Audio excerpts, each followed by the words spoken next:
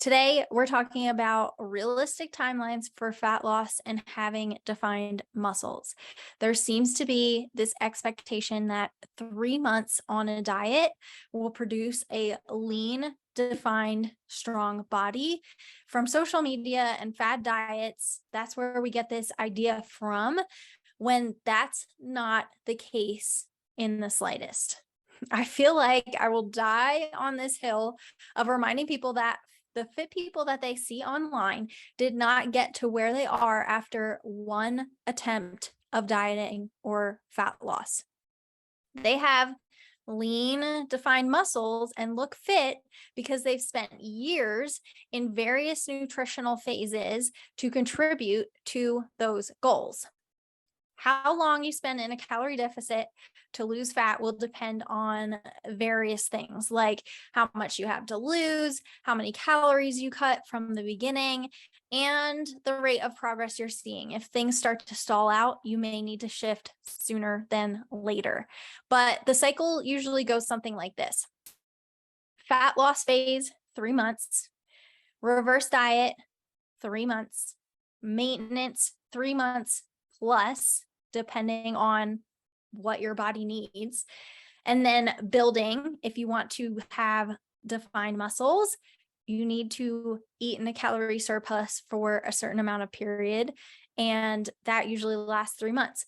All of that only equals up to 1 year, meaning that there is a good chance, a very high chance, that you will not have hit your big goal in that 1 year.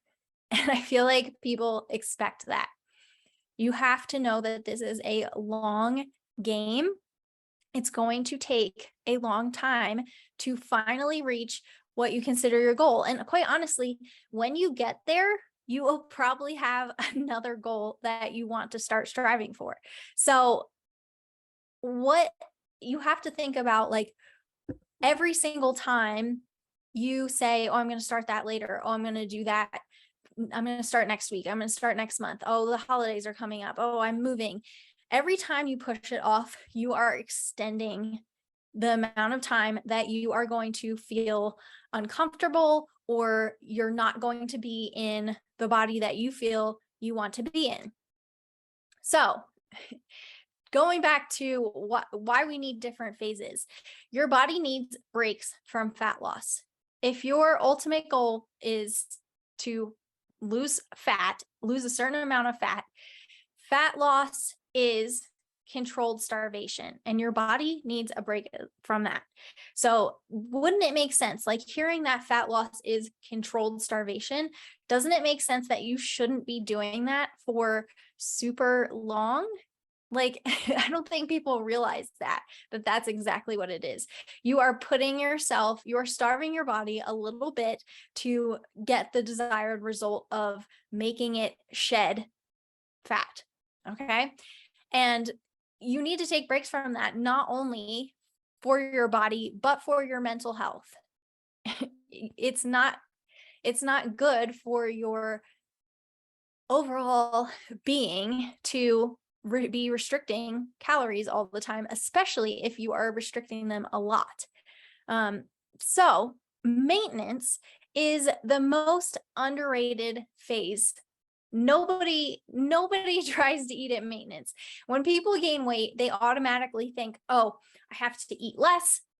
I have to go into a calorie deficit to see fat loss. I have to start moving more.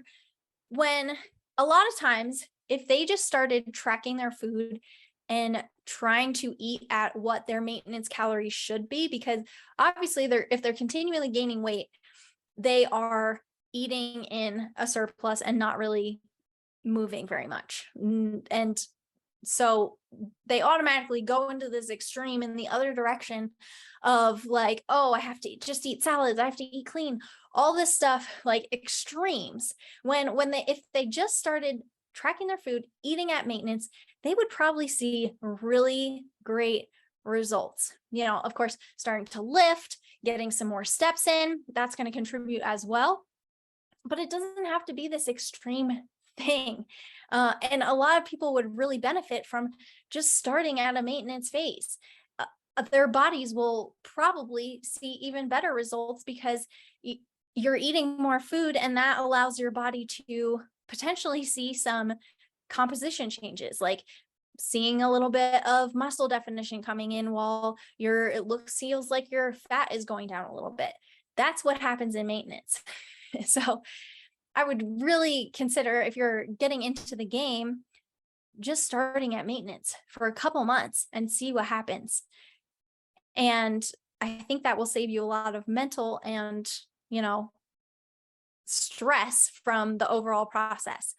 So you will absolutely, now, if you want to look toned or defined, you have to build some muscle. You have to put on some muscle. There's no ifs, ands, or buts about it.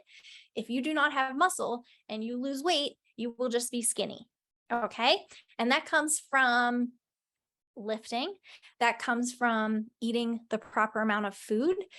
And so even eating in a slight surplus, couple hundred calories from maintenance, would probably do you some good if your ultimate goal is to have a little bit more muscle definition.